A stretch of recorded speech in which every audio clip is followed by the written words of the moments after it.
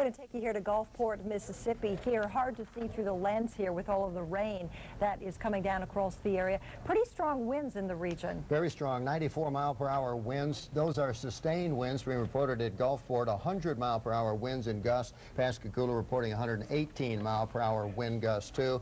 And we're getting some damage reports in some areas, like in New Orleans. These are unconfirmed reports of a building collapse and also flash flood warning now for Orleans Parish, also St. Bernard Parish. There's been a levee breach that occurred along Industrial Canal at Tennessee Street. 3 to 8 feet of water expected from this breach. Also in that New Orleans, that building collapse too is in the Garden District there, and certainly there's probably a lot more of that to come.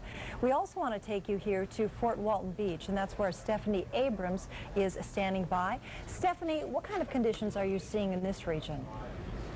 Well, right now we're seeing our winds sustained around 30 miles an hour, the winds gusting to 45 miles per hour. That means tropical storm force gusts here.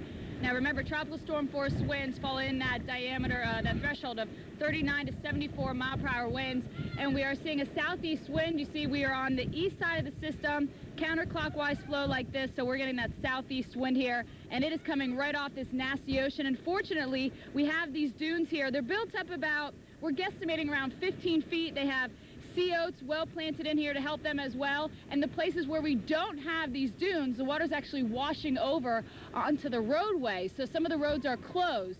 Now, people did get out of the Mississippi and Louisiana coast before those roads closed, and we're seeing a lot of them staying actually right here.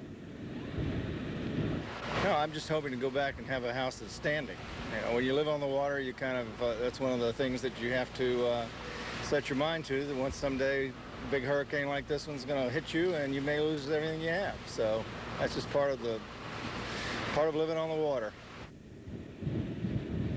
Now his house, he said, was about 100 feet away from the Gulf, about 12.5 feet in elevation, and it's located right between Biloxi and Pascagoula. So we're hoping that he gets some good news when he gets back, but that might not be the case. One of the main concerns here, we are under a tornado watch until noon, and of course what we're worried about is those winds coming off that smooth ocean. They'll be going very fast higher in the atmosphere, but at the lower levels, once it hits the earth and it runs into that friction, that's when we're going to get that spinning and that twisting motion. So Heather and Marshall, it's imperative that people, you know, don't think, oh, we escaped, we're doing okay. We've got winds, we've got sand, we've got the roads covered, and a tornado watch.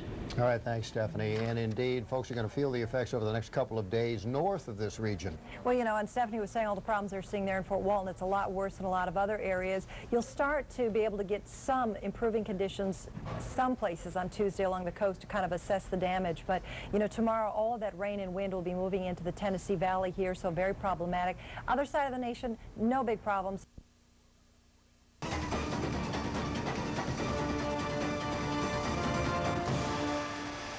As you probably know, Nicole Mitchell is part of the Hurricane Reserve Hurricane Hunters. You're looking at Mobile, Alabama, and Pascagoula, Mississippi, and you're looking at a very angry Gulf of Mexico. This particular picture is from Fort Walton Beach, where Highway 98 is closed down in some parts of that area due to high water. Now, Saturday night and Sunday morning, you flew into Katrina as it was strengthening. How was the flight? The flight wasn't the worst I've ever been on in terms of turbulence, but we definitely had some lightning in the eye wall. That's a sign of intensification. During the flight, of course, the pressure continued to drop. That's when it was under that period of intensification, where it went through from a 3 to a 4 category during my flight, and shortly thereafter upgraded to a 5. So pressure dropping, winds going up. In fact, right as we were leaving, had about 160-mile-per-hour wind in one of the quadrants as we were passing our way out. Thanks, Nicole. Web Live reports coming up next.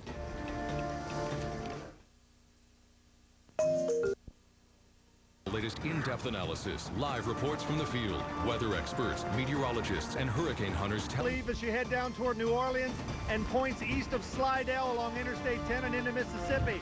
I'll have a live update and tell you what, we're experiencing here in just a moment. And Jeff, we're getting battered pretty good here, not quite as bad as where you are over there near Lake Pontchartrain. This is Mike Seidel. Good morning from Mobile, where everybody is hunkered down, the power is out, and the winds continue to howl, so far up around hurricane force and gust.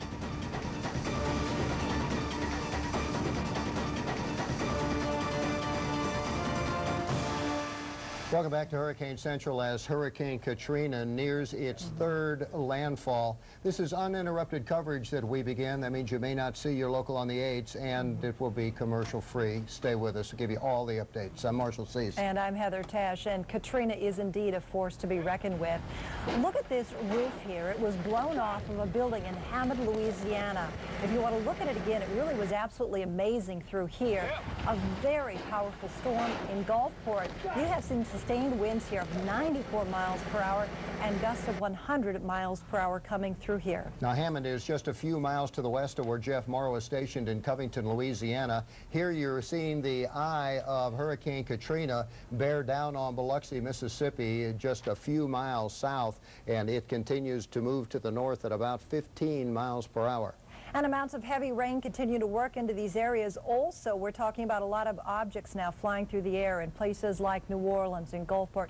Very dangerous in these areas. If your windows are not covered, certainly you don't want to be outside. Now, it looks like this hurricane is going to follow Interstate 59 as it heads northward, so the impact is going to be felt well to the inland areas, not only on the coast where the damage is being seen right now. Early tomorrow morning, it would be over northern Mississippi to northwestern Alabama, and in the Ohio River Valley, folks in Evansville to Cincinnati, Louisville, Kentucky, Lexington, Nashville, Tennessee need to be alert for this. Could be a lot of power outages in its path. Now, our team of meteorologists is fanned out across the Gulf Coast to cover the arrival of Katrina. We're going to talk to storm tracker Jim Cantori in just a moment, and we also have Jeff Morrow. He is in Covington, Louisiana. Mike Seidel is in Mobile, Alabama. We're going to begin with Jeff Morrow. And Jeff, I'm not sure if you can hear me. You're just a few miles north of Lake Pontchartrain, and the winds are hitting you from the north. If the winds were from the south, would you see any flooding in your location from the lake? I don't think this far inland. We're about 4 or 5 miles north of the lake.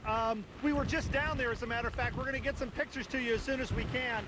But I don't think we'd be in danger this far north. The only flooding here would be from all this very, very heavy rain. Now, I'm glancing around here because I'm trying to make sure that we don't have any debris flying. We also have my producer, Jim Gagne, standing by, and he's watching behind me to make sure that I'm not whacked in the head while I'm talking to you.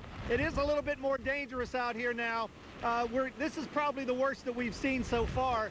A lot of very, very, very strong gusts coming through. We're on the very western edge of, I guess, what you could call the central circulation. I don't know that we're quite in the western eye wall, but we're in some pretty bad stuff here on the northwest side. We've seen a lot of tree damage around the area. There's some smaller trees right where we are here in this parking lot that are down, but much bigger trees have come down. Obviously, the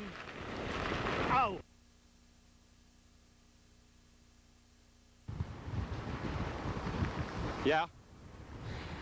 Hey, this is Seidel, Mobile, Alabama. Obviously, the weather is going down here where Jeff is, and it's going down here. Right now, we've got gusts up over 50 miles an hour. Our peak gust is up around 70 miles an hour, which is just below hurricane force. A lot of rain so far, about 2.5 inches. We're expecting 5 inches. Not nearly the amount of rain they had over in South Florida because the storm is moving proportional to how fast the storm is moving. As far as debris goes around here, fortunately, we don't have a lot of trees where I am. I didn't want to get whacked. We had one transformer over there blow about an hour ago. Just one little wire popped off, and it sounded like an explosion.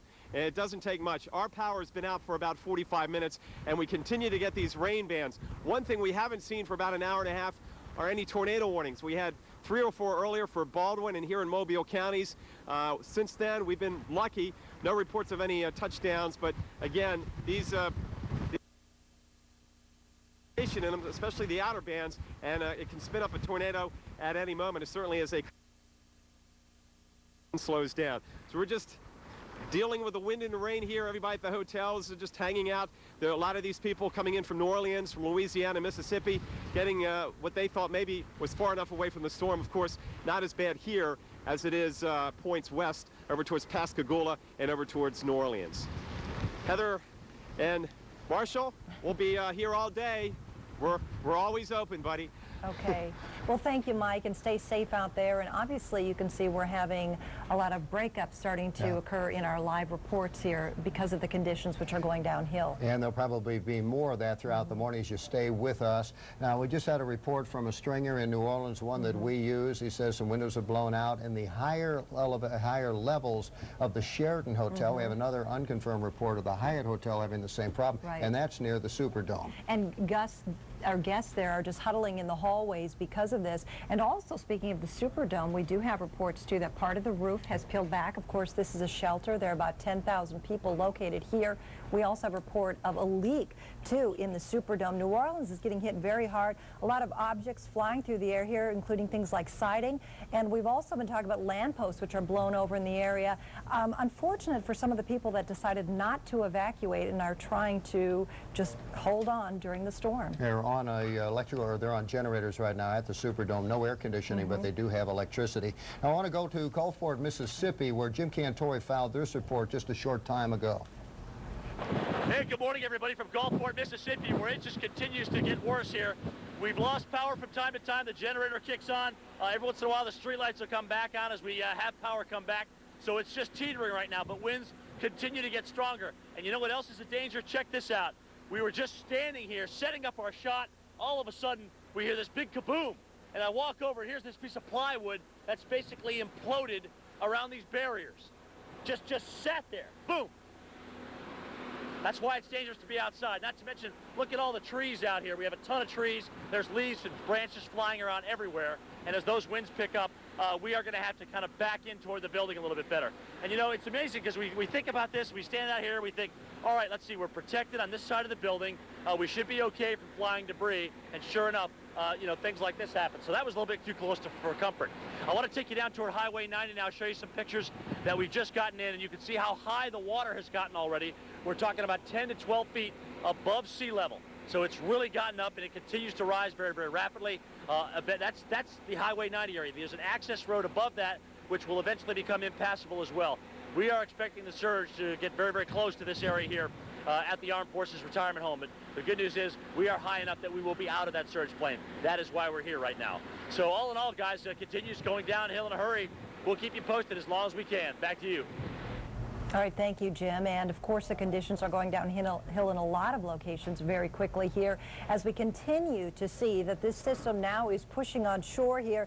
We've been talking a lot about New Orleans, some of the damage going on there. There's also been a levee, too, that has had some problems here, breached there, and that's along the Industrial Canal at Tennessee Street.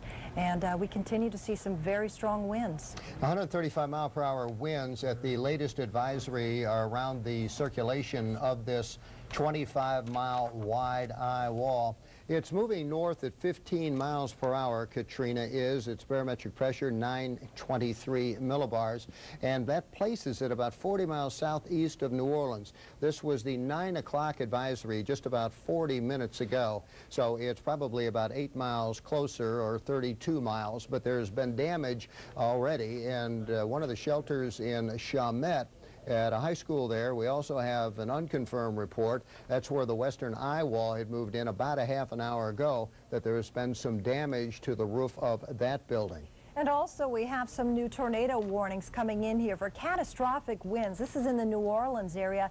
Places like Jefferson Parish coming in here, Orleans Parish, also St. Bernard and St. Charles. And also Lafourche Parish, and also for Plaquemine Parish. This will go on for some time. Conditions worsening to the north and east of this system. We've also had a structural failure that has been indicated in New Orleans. Well, in fact, many reports are coming in stating some total structural failure coming in the New Orleans metro area. You know, this area here, too, is a region that relies on a system of earthen levees here, too. Seawalls, water pumps, and luck, really, to protect this area from hurricanes. But keep in mind, too, that the flood control system is designed to handle a Category 3 storm. But, again, Katrina is a Category 4 hurricane here. And it's packing quite a punch to the New Orleans area right now. And we have another report, too. St. Bernard High may be suffering some major damage as well. That is another area that has been a shelter, and so far about 350,000 people. This is at last report, unconfirmed, without power in the region. We want to take you now to Florida. We're going to take you to Fort Walton Beach. That's where Stephanie Abrams is standing by. Not getting hit as hard here, Stephanie, but what are you seeing? Well, we're getting sandblasted here. I'm alongside the general manager of this Holiday Inn we're staying at here, and I want to know, Stephen, what's the biggest concern right now for you guys? I think us maintaining power for our guests and being able to, you know, that's a comfort when you've got power and lights. If we can have power, they'll be fine. Other than that, the hotel is very secure. We've done a lot of things to protect ourselves since Ivan. And what kind of guests do you have staying here? You're booked. You're packed here. How did that happen? How did you stay open? Well, we just made the decision. Our owner made the decision to stay open to give a lot of the displaced visitors coming to the area. We knew they were going to need places to stay, so we decided we discounted our rates down and decided to just provide them a place to shelter, because it's tough out there. We've been through this in the Panhandle several times, and a lot of our employees and things have had to evacuate, so we felt we'd just be able to try to give them a nice, safe place. All right, let's talk about these dunes, Stephen. Let's head over here now. Tell me a little bit about the sea oats and why you planted these and how high they are. Well, this is a restoration project. We learned from Ivan. At that time, our beaches were flat, and of course that caused a tremendous water surge problem from Ivan. So our owner, we kind of all thought that he was kind of, you know, not really there when he put all this in, but believe it or not, he was right on the money. He put in these dunes. It was quite an expense. He did the restoration with all of the sea oats and everything, and as you can see, Dennis was a proven fact to show that it helped our hotel. We had absolutely no damage from the Dennis, and we lost half of this dune with Dennis. This one seems to be holding very well for us right now. So it was a great plan, and I commend him for that. And in Ivan, what happened? Were the dunes, I mean, everything washed in your hotel room? What happened during Ivan? Well, there wasn't actually a dune here. The beach was actually flat. So as the waves came in, they just brought all the beach, all the sand and everything just came right in. And if you were to look at the hotel out here, where the pools, all of that were, it was just covered with sand. You didn't even see pools and walls or anything. All right, well, speaking of sand, we have 30-mile-per-hour sustained winds. I know you're getting sandblasted, so head back inside. Thank you so much, and thank you for being so kind. Thank you. Leaving Thank this you, hotel Stephanie. open Stay for everybody. safe. We will. All right, I also wanted to let everybody know that we do have a tornado warning here in Okaloosa County, and that is until 9:30 local time, 9:30 Central. We have to worry about that, of course, as we have all that high wind coming in over the ocean, and then the winds hit the ground with the friction. You get that spinning in the atmosphere, so we do have to worry about that. Right now, our winds are moving from the southeast, and again, we are seeing them sustained around 30 miles per hour, gusting to tropical storm force, and that tropical storm force wind threshold is it goes from 39 to 74, so we're gusting about 45 miles per hour. So just imagine what the folks are dealing with that are going through the eye of this storm, because these, you know, I mean, we're blowing around here and that sand's picking up, and you can see that Gulf of Mexico still crashing into the dunes. And actually, where they don't have the dunes, all of this water's already washing over the roads. We do have some road closures, as a matter of fact, on 98.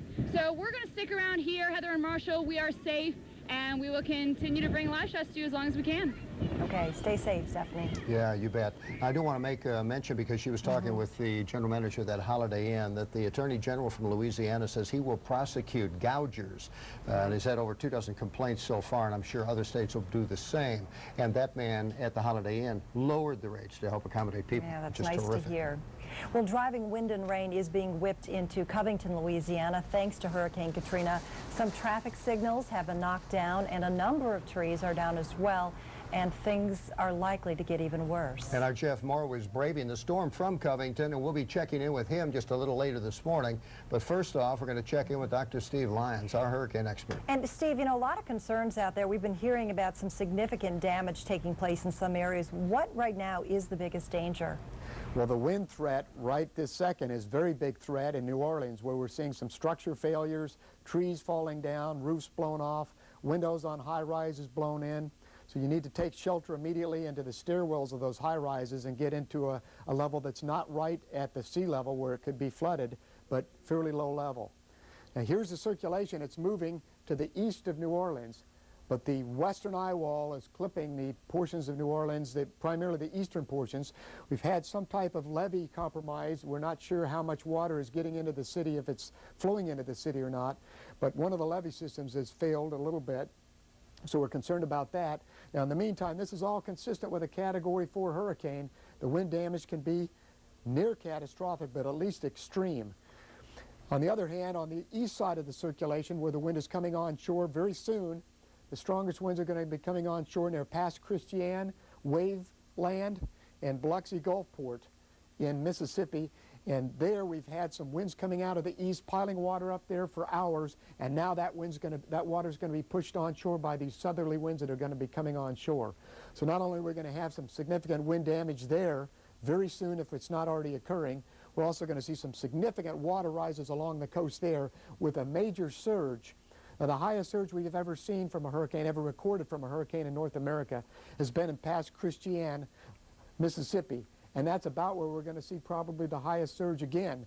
Here's the circulation center moving. There's New Orleans there, and you can see Slidell, just to the northeast of New Orleans, is now in the northwestern eye wall. You are getting some very strong winds there. Take shelter immediately as the system continues to move to the north, maybe slightly east of due north.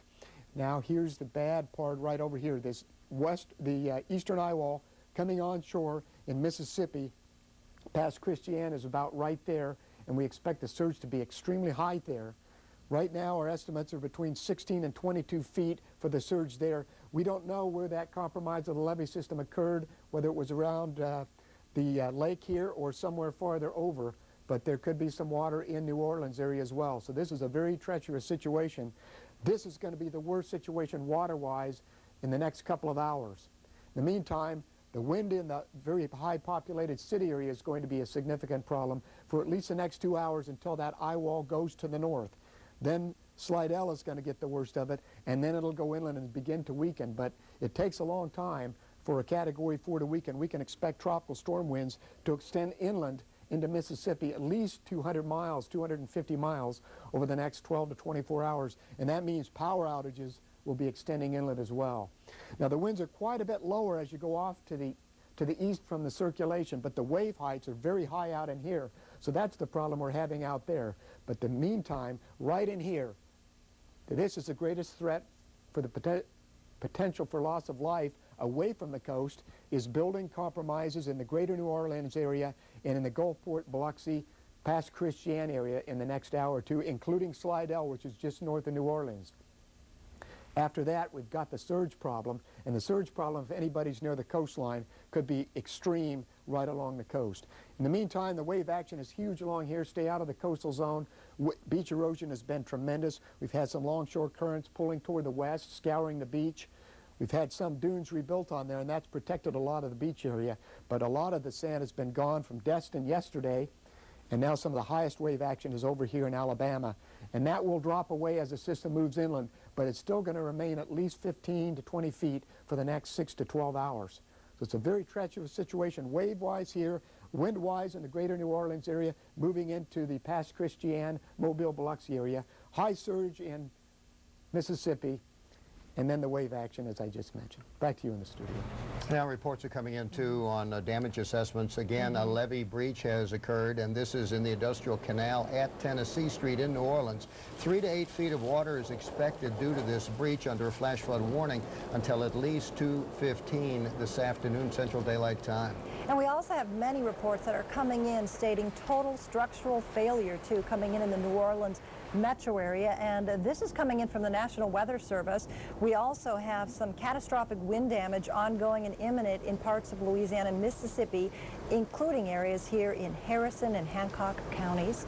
And also we're seeing some of that too working in just in the far southeastern end of Louisiana. Now north of New Orleans is Covington, Louisiana, which is east of Hammond. And this is Jeff Morrow live. Jeff, how are conditions now?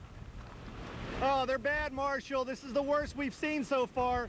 Right before you came to me, we had a gust here that was probably up over hurricane force easily. Haven't seen any other trees come down, but we're keeping a close watch on it for you. Again, we are probably getting into the worst. I would say in the next hour, hour and a half, this is going to be the worst. So anybody around here where we are in the Hammond area or where we are in Covington, even on down toward the northern shore of Lake Pontchartrain, this is it. This is going to be the worst of it here, so don't go out. on the roadways. There's definitely a lot of debris flying in the air right now, and also a lot of trees down. We'll have some pictures of that for you coming up here in just a bit. In fact, we can go ahead and show that to you. Again, we were out and about just within the last hour shooting some of this. Again, some very heavy rain, some localized flooding, not from the lake, not from Lake Pontchartrain, but from the heavy, heavy rain that continues to pelt down here and pretty much go sideways. I think we're in a pretty good position. We should be able to continue to broadcast unless it rains so hard that we can't get the signal out. But so far, so good. Again, power has been out here for quite some time.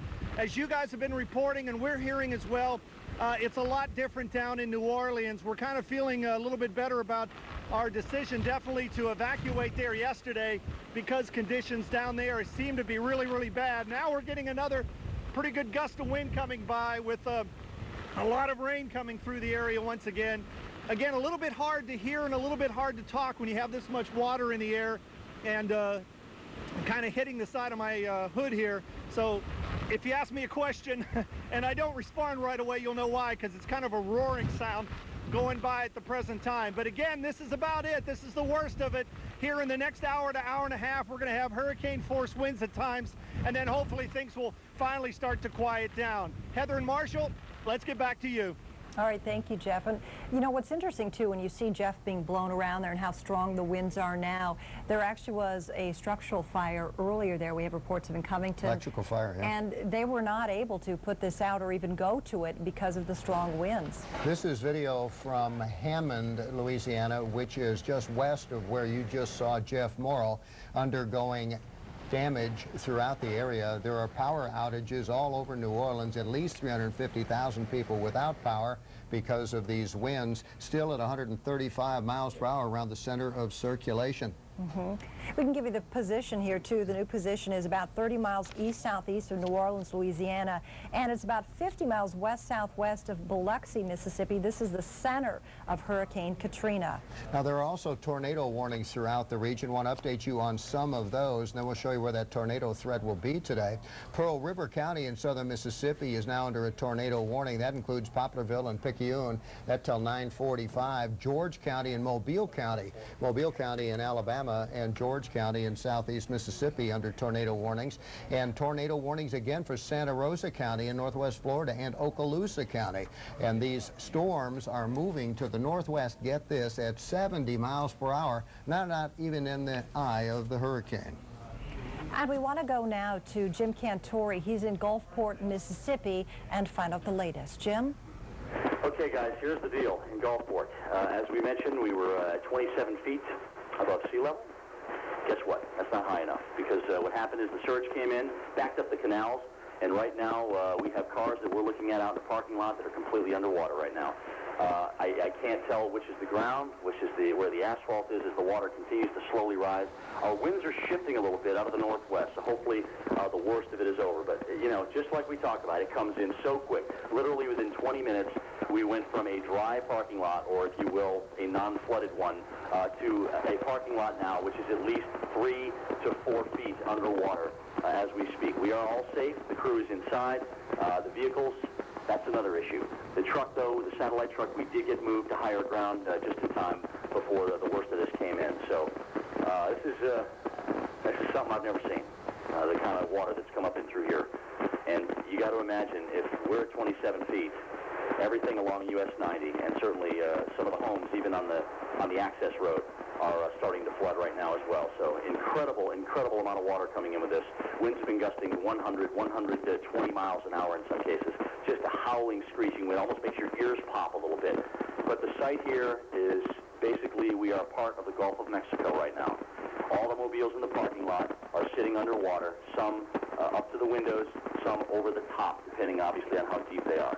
There are some power poles down, there are trees down, there are tree limbs down all over the place floating around. There's even some diesel fuel floating in some of the water here, and even huge dumpsters that you couldn't even think about moving as a human being are just floating around like little rubber duckies in the bathtub. So that's the site for you here, guys. We've had to shut down the generators here as a result of the water getting even too high to the generators. So we've saved the electrical panels there for now. Hopefully the water won't get much higher. You guys got anything to tell me? I'd love to hear it. Good news, please. Just very sad news coming in from you, because you think if you're 27 feet here above sea level, and as you mentioned, you know, all the places that are lower than that, and there the water's 3 to 4 feet high. And what you need to know too is all of our people that go on live reports, we try to keep out of harm's way, and at 27 feet sea level they thought they would be above harm's way, and indeed it looks like they will be, but boy, that's right on the edge. Yeah, and it really causes great concern for all the people that tried to kind of wait it out, and they thought they would be okay, and very concerned about some folks there in Gulfport, Mississippi, and New Orleans. New Orleans, yes, you bet. We're going to turn now to Mobile, and Mike Seidel is there. Mike, we've been hearing about some pretty devastating conditions in some locales. What are you seeing right now in the Mobile area?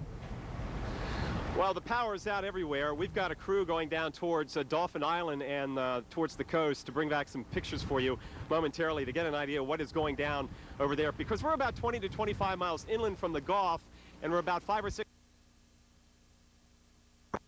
a perfectly safe area as far as flooding issue goes. The only concern here is debris and these gusty winds, which at times are gusting up just over hurricane force, and the driving rainfall. We haven't had a tornado warning lately. That's a good thing. We had several earlier this morning, and you get a sense of the wind whipping these trees. We had one power transformer blow about 2 hours ago, and that was scary enough. It was as loud as a firecracker, and it sounded like something exploded. But I expect we'll see more of these flashes. I keep an eye across the street, across I-65. Look at it. There is not a car on the highway this morning, and that's the way it should be. Think about it. It's Monday, rush hour, people going into work, not a car out there. It's deserted. And I keep an eye across all these big signs, these road signs, and so far they're hanging in here. The hotel sign here at the Hampton is doing okay. So we've done okay so far, but again, we're just in this little area here. We don't know exactly what's going on around us, but I can assure you as the winds continue to pick up, with gusts probably approaching 100 miles an hour, we're going to have more, certainly more damage, but nothing like they're going to see or they're seeing over around Pascagoula and over towards New Orleans. I'll stay with the Weather Channel as Hurricane Central and our coverage continues.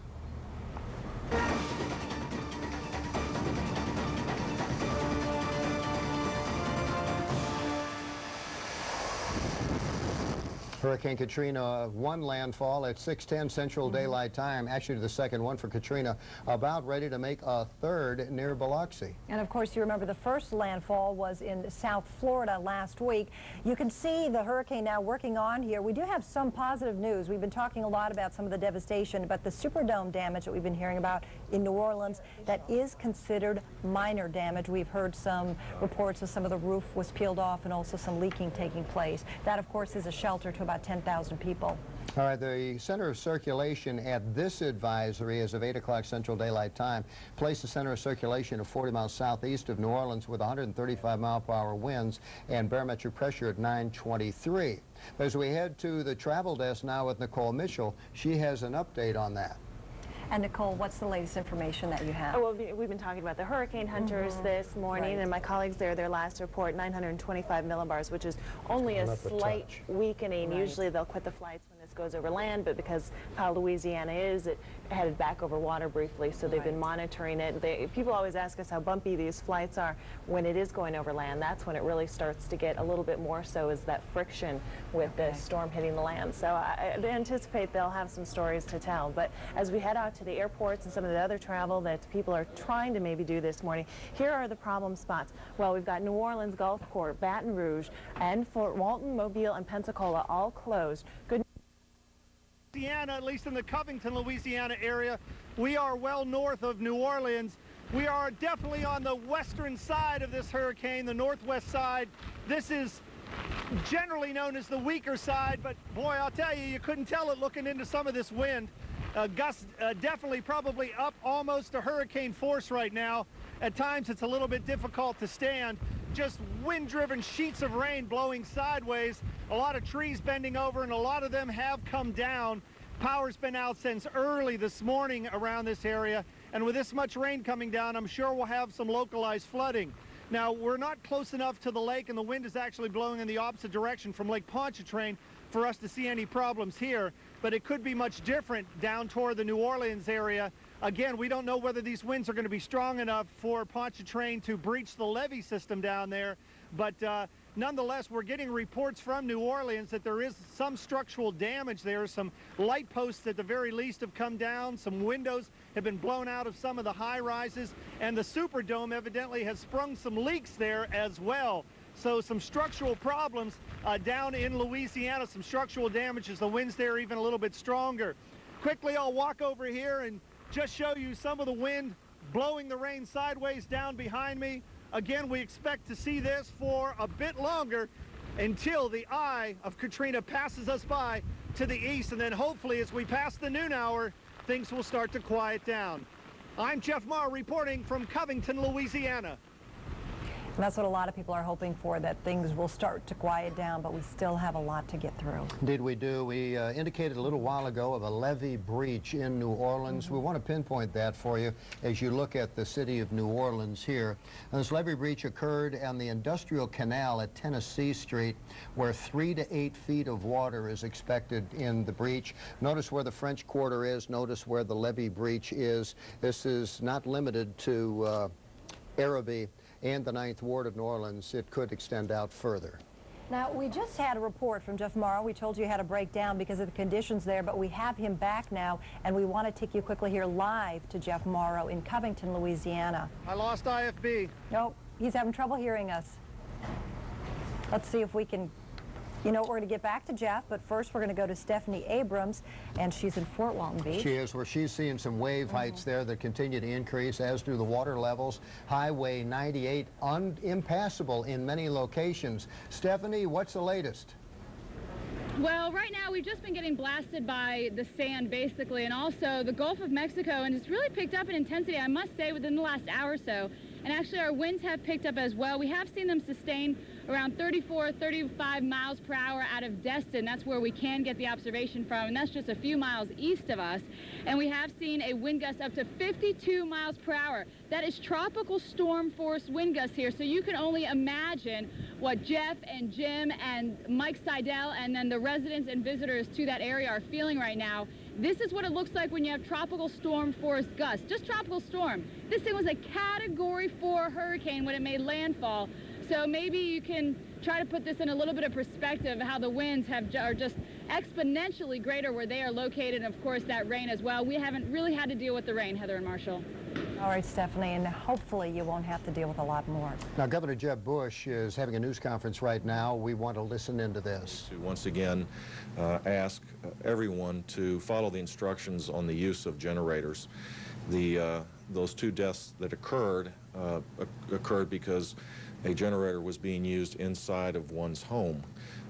It is not appropriate to use generators, just as it wouldn't make sense to drive your car into your house and keep the car turned on. It doesn't make any sense to use a generator inside as well. There have been 33 confirmed carbon monoxide poisoning events as of last night, and with the increased use of generators, it's important for people to follow those rules. Florida Power and Light is working quickly to ensure all customers have their power restored as soon as possible. As of 7 a.m. this morning, less than 1% of the residents of Monroe County were without power. 11%, which is just slightly over 100,000 customers in Broward County, are still without power. And in Dade County, 22%, or 212,000 customers, are without power. And we are beginning to see power outages, of course, in Northwest Florida. As it relates to fuel, we are working very closely with the United States Department of Energy and the petroleum industry to ensure we maintain fuel supplies and shipments into our ports. We continue to experience localized fuel shortages, and I would ask that people be patient to make sure that they take care of their own needs, but also recognize that their neighbors need gasoline as well. Fuel supply is no longer just an issue for Floridians, by the way. This will be a regional and perhaps national issue for the short run as we assess, as the damage to the refineries is assessed. If there is damage, it could create significant problems. In the interim, we are going to do what we can, working with our partners in the federal government and with these oil companies to make sure that Floridians do have access to gasoline, that the alternative supplies of fuel from other sources than just in the Gulf are contracted so that we can make sure that we continue to get gasoline into our ports. With that, I would like to ask Craig Fugate to talk a little bit about the specific relief and recovery efforts that are underway. Thank you, Governor Bush. Now that we've been declared by President Bush as a major disaster area, FEMA and the state are in a unified command and response to the impacts of Katrina to Florida. We've been listening to Governor Jeb Bush on a state of South Florida on Katrina's first landfall, and also talking a bit about the conditions in the northwestern part of his state right now. And, you know, we have seen impressive damage already throughout the Gulf Coast. It didn't take long for Highway 98 in Fort Walton, Florida to wash out. Right now, Highway 98 between Okaloosa Island and Destin is closed because of flooding. Now in Mobile, the winds are picking up and have already caused damage on highways and city streets. Power lines are down and several buildings have been damaged. And in Covington, Louisiana, roads are flooded, and along the coast, waves are kicking up, making it dangerous to venture out. Here's some of the damage that we've seen coming in from the Covington area. Meteorologist Jeff Morrow and crews sent these pictures in just a few minutes ago. Yeah, another person getting lashed right now by some strong winds and some heavy rain too, and all morning long actually is Mike Seidel in Mobile, Alabama. And we're going to turn it over to you now, Mike. Hello, hello, hello, hello, hello. Hello.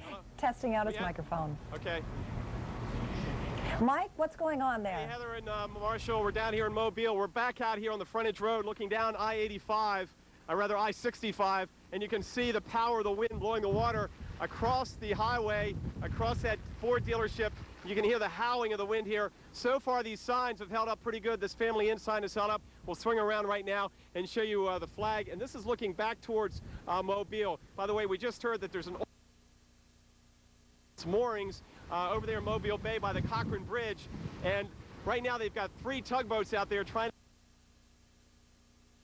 to wrestle with a big oil tanker at this point with these wind gusts over hurricane force.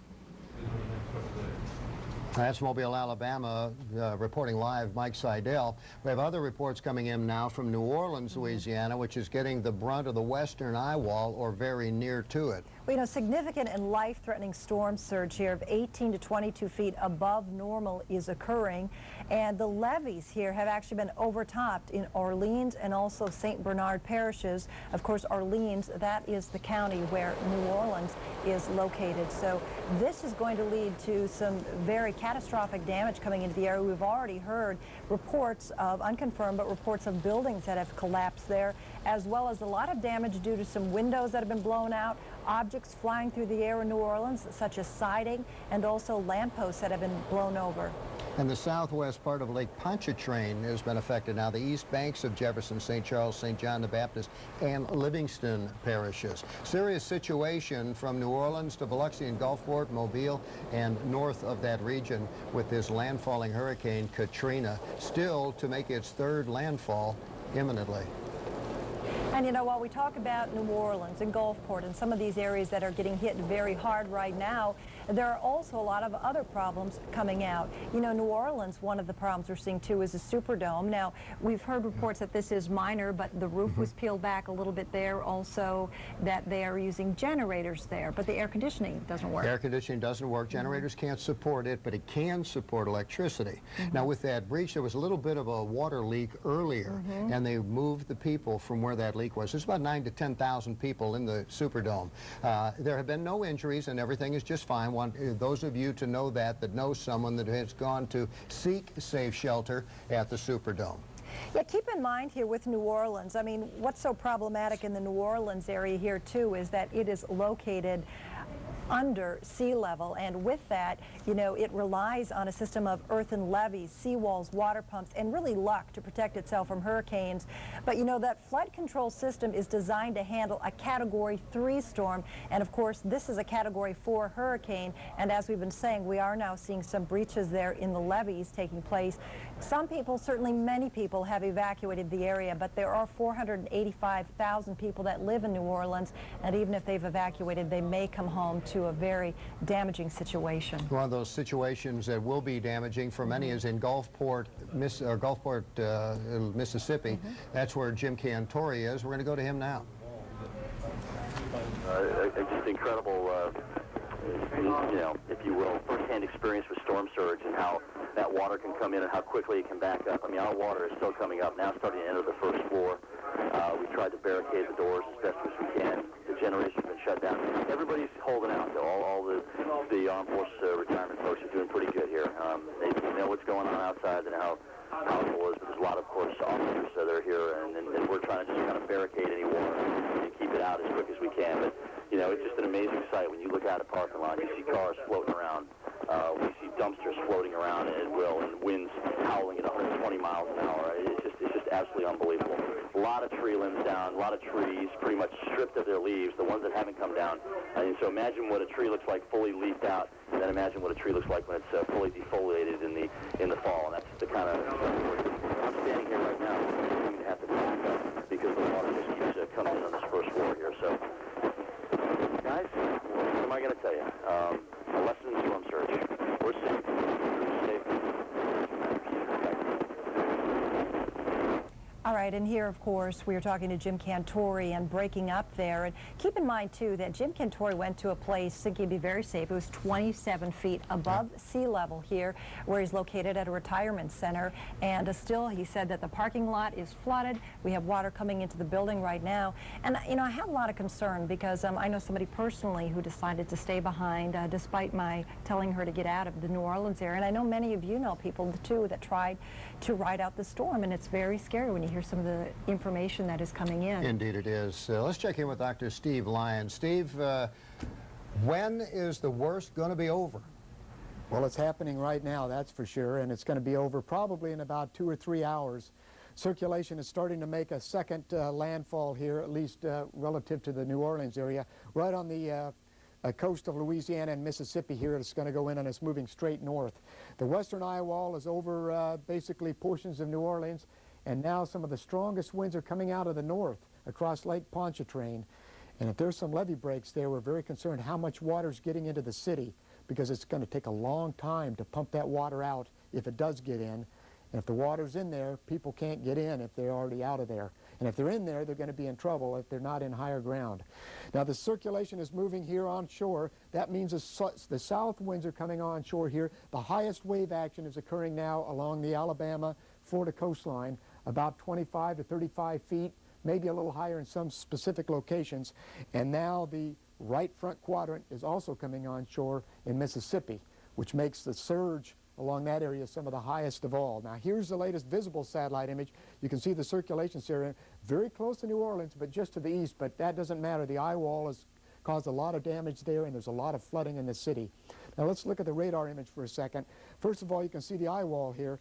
Look at Slidell. They're in the northern portion of the eye wall now. They may have actually gotten stronger winds than New Orleans did. We'll have to wait and see. But as the system moves inland, it's going to start to weaken. But it's going to take a while because it's a very strong hurricane, and it'll take it a long time before it weakens below the level where it cannot do any more damage.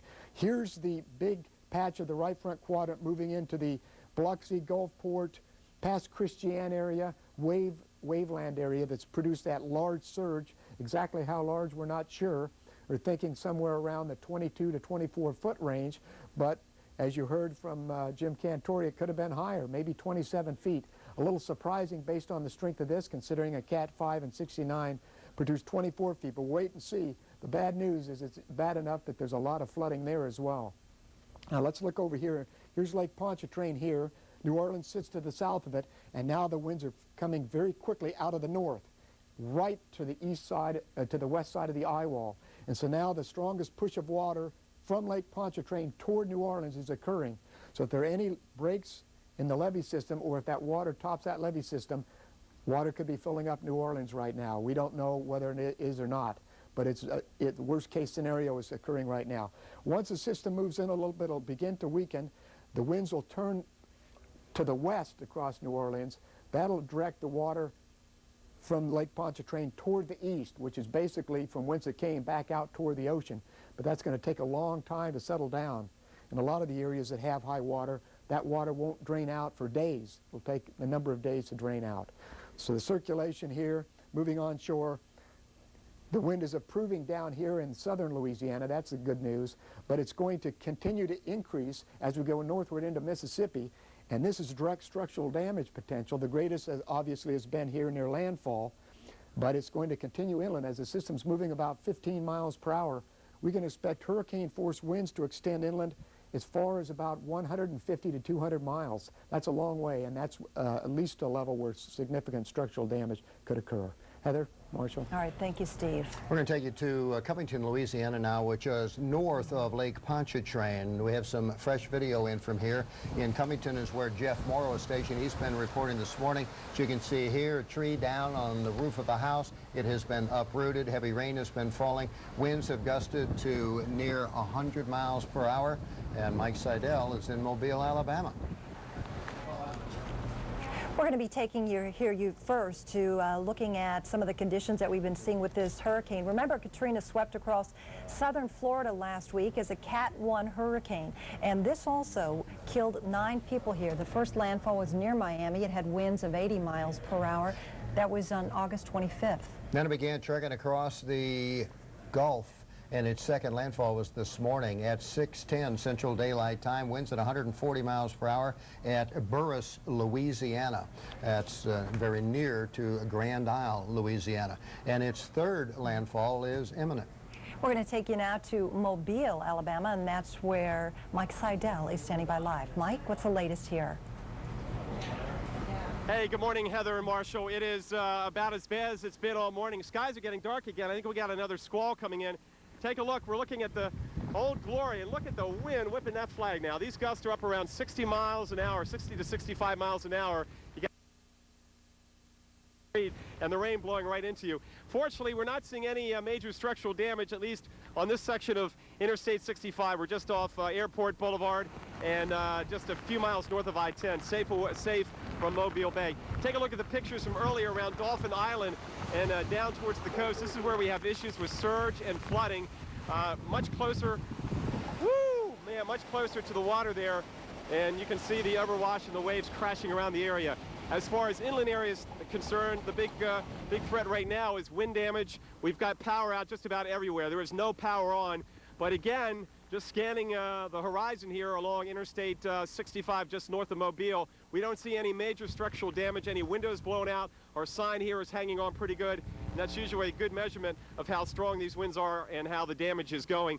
And again, so far, no transformers have been blown. We've been following these transformers all morning, and it just takes one of those wires, one of those small little thin wires to decouple, and then there's this loud boom and explosion and like a big green flash. And fortunately right now, we're not seeing that. Heather Marshall? All right, thanks, Mike. We just checked in with Nicole Mitchell, too. She says portions of I-10 in the Mobile area are closed due to flooding. Yeah, major road in that area, certainly. You know, we're going to be talking about the inland effects here coming up over the next 24 to 48 hours and even beyond. And we continue to see this tornado threat that'll be lasting today right on through the evening hours, and you can see how it's going to be expanding northward and eastward over that amount of time. Some of the current warnings in effect are Baldwin and Escambia counties, Baldwin in Alabama and Escambia in northwest Florida. Also George County and Mobile County, George County in Mississippi, Mobile County in Alabama under tornado warnings. And the movement of these systems and this wind is a movement direction of about 85 miles per hour to 70 miles per hour to the north and west, because it's all wrapping around that center of circulation south of Biloxi. You know, this rain is also going to continue extend northward as we head through the next day or so. In areas like Tennessee, you know, you too are going to find some power outages starting to show up. So it's not just going to be here along the immediate coast. It's going to continue to affect these areas as the rain and the wind starts to work northward. You'll also see the rain coming into areas like the Ohio Valley. Exactly. Probably not the strong winds, though. No, but probably Tuesday night to Wednesday morning might be dealing with some flooding. We want to break in now and listen to Governor Jeb Bush in the state of Florida in that situation. State using Softly Field as a staging area. That's correct. And you are bringing in travel trailers and other for what, long-term relief to the Gulf states? Or? That's correct. We're cycling the ones that we about ready to make a third landfall in its particular history, and it's a history of a ferocious hurricane. Well, and keep in mind, too, that Katrina is the fourth lowest pressure ever for a hurricane in the Atlantic. This follows behind Gilbert. Some of you remember that in 1988. The Labor Day storm, too, that was back in 1935. Also Allen, and then Katrina. That shows you how strong this system is, one of the strongest hurricanes that we have seen here in the United States. And that's comparing its pressure to the lowest pressure of each of those systems at the strength of each of those storms. Again, as Heather said, the fourth strongest. We'll take you a look at some of the impact there as we take you to Mobile, Alabama. And you can see here the roads flooding across this area. We just had some reports coming in that parts of I-10 are actually shut down here in Mobile. I-10, of course, a major thoroughfare across this area. And you can imagine how many secondary roads and some of the side roads that are going to be shut down, and a lot of people stranded in this area, people that did not evacuate. Now, everybody is very concerned about the New Orleans area, and we do have some reports coming in of a levee breach. We also have reports coming in of some windows out at higher elevations or the highest floors at the Sheraton Hotel and at the Hyatt Hotel, and a structural break at the Superdome. But it has not caused major problems, and we want to make sure that you understand that. And also water has gone over the top of some of those levees too now in the New Orleans area. We want to take you now to Stephanie Abrams, and she has been in Florida enduring this system, not getting hit as hard as some other areas here in Fort Walton Beach. But still, Stephanie, I can see that wind is blowing around. It is, and just so people can maybe put this all in perspective here, these are tropical storm force gusts, not even hurricane, just tropical storm force gusts. And it's enough to kind of lose your balance here, basically. So that's what we have been dealing with. And this is what we will be seeing here. What it looks like is we'll be having this wind into the evening hours and into the morning hours. And it looks like the bulk of the rain will be from the Florida-Alabama border west. We'll just go in and out of some of these squall lines. We really haven't seen a whole lot of rain. And those waves are still kicking up 20 to 25 feet. And we have these big sand dunes here. They're about 15 feet off the ground. And they built these because during Ivan, the whole Gulf and all this sand was on the first floor of this hotel. But now, with these sand dunes, these barriers, that is definitely helping. And they said during Dennis they had these, and it made a significant difference. And that's also blocking the Gulf of Mexico right now from making its way here. Where we don't have these sand dunes, where we just have the sea walls, you know what? That water has gone over the walls, and we actually have some flooded roadways on 98 there, and those are closed down as well. And we actually have people that have evacuated from places like Biloxi and New Orleans. They are staying here. They decided, we went through Ivan, we know what it's like. We're going to stay open. We're not going to get it that bad. We can handle this. So the entire hotel is filled with people that have evacuated, and they're riding the storm out here. We still have power. There are a few places, we spoke to the Gulf Power people, where they are seeing sporadic power outages. Our lights actually flickered just a bit, but it doesn't take very strong winds to get power outages. All you need is a branch to rip off a tree, tap one of those power lines, and boom, you could be out of power. So that's what we're dealing with here, and we'll continue to keep you updated throughout the day. Thanks, Stephanie. We have live reports all over the areas where this Katrina is affecting people's lives. And we just listened into a press conference that Governor Jeb Bush of the state of Florida was talking to his Floridians. Yeah, you know, he's urging people to be patient here as the crews work to restore power. Yeah, patience is certainly... Florida Power and Light is working quickly to ensure all customers have their power restored as soon as possible. As of 7 a.m. this morning, less than 1% of the residents of Monroe County were without power. 11 in Florida, but all across the Gulf Coast, as we continue to not only see some power outages here, but extreme damage. You know, we at this point are still kind of waiting for everything to unfold, but we're hearing bits and pieces of some very serious damage in and around areas like New Orleans and Gulfport because of some flooding and also because of the strong winds. And we want to take you north of New Orleans now. This is toward Covington, Louisiana, where Jeff Morrow filed this report just a little while ago. Some of the strongest winds that we've seen so far. I keep saying that, but every time I do, we get another bigger gust coming from Katrina. Definitely in the western part, maybe the extreme western side of the eye wall. Winds dead out of the north right now, blowing again, gusting as high as hurricane force, maybe up to about 80 miles an hour here. Definitely doing a lot of tree damage. At times, it's hard to see more than maybe a few yards because there's so much water in the air. Again, we have lost cell service here. I hope the Weather Channel will be able to pick this up. We've also, of course, been out of power here for quite some time. I hope everybody around is pretty much where they're going to be. You don't want to be out driving in these kinds of conditions. I mean, at the very least, you're risking your vehicle and your life. Again, we get these gusts coming by that just are tremendous. With all the water and leaves flying through the air, it actually hurts to stand out here because the wind's blowing so hard at times. We expect this to continue for at least maybe another half hour to maybe 45 minutes at the worst. Hopefully we can get the eye by here and things will start to calm down, because some of these trees can't take much more of this. They're either going to get stripped bare by the winds or they're going to get knocked over. Jeff Morrow reporting from Covington, Louisiana, near Interstate 12.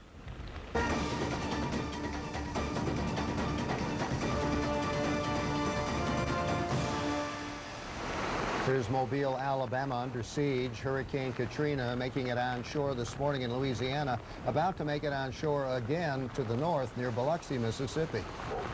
Thanks for joining us. You're watching Your Weather Today. Uninterrupted coverage this past hour, and we'll continue to do that as necessary. I'm Marshall Cease. And I'm Heather Tash, and we continue here as we watch Hurricane Katrina continue to press inland. One of those areas we just showed you is Mobile, and that's where Mike Seidel is standing by live.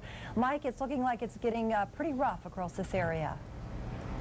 Yeah, just about everybody's without power now.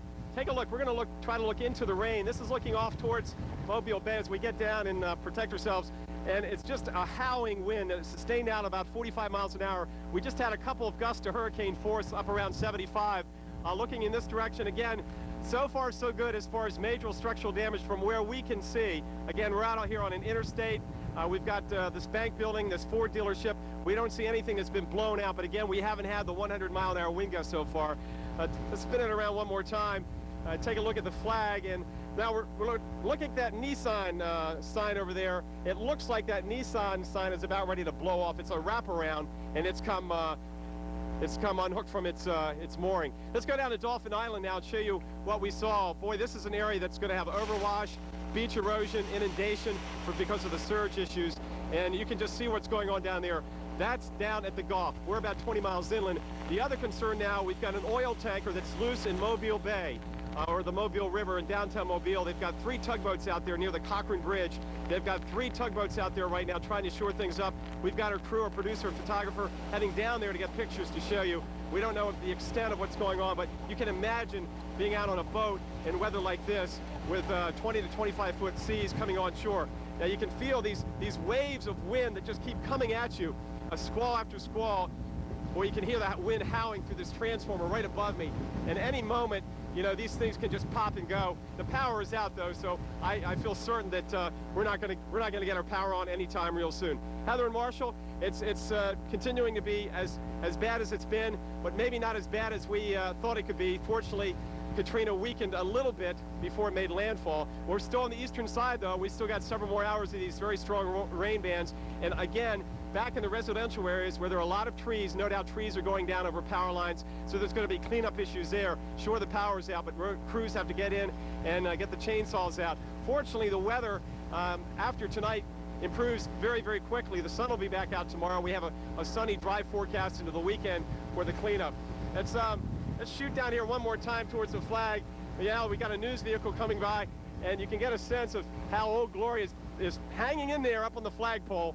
Out here just 3 miles north of I-10 on I-65. Heather and Marshall, we'll be here for you all day as weather permits. So far, our dish is hanging in there. We've got great truck protection, and so far we've been able to stay on the air through the brunt of it. All right, thank you. You hang in there too, Mike. Yeah. And you can see the flag whipping in the wind there, still hanging on, but a lot of other areas, it's much more extensive, the damage we're seeing. Sure is, and another area that's been affected by this too, and taking your travel hat off right now, Nicole Mitchell is also a lieutenant in the Air Force Reserve, who says Keesler is affected by this and families that live there. Yeah, flying Katrina this weekend, we would actually fly out of Biloxi and recover to Houston because we couldn't get really safely back in. And so all those reservists that are out of there, and also an active duty Air Force base, a lot of training goes on there, kind of worried what we're going to go back to in terms of the base there. A lot of people also have the homes in the area.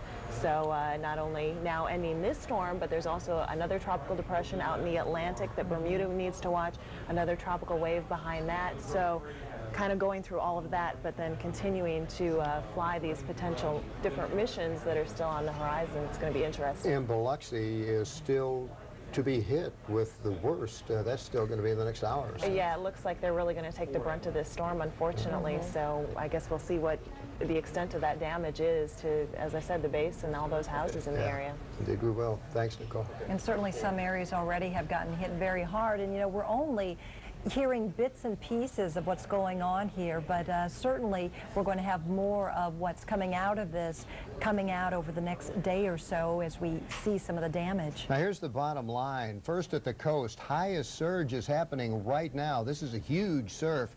Many roads and highways underwater. Inland, there's going to be hurricane force winds well inland. It's going to follow the Interstate 59 corridor, it looks like. There's been structural damage already reported in New Orleans and several other cities along the coast.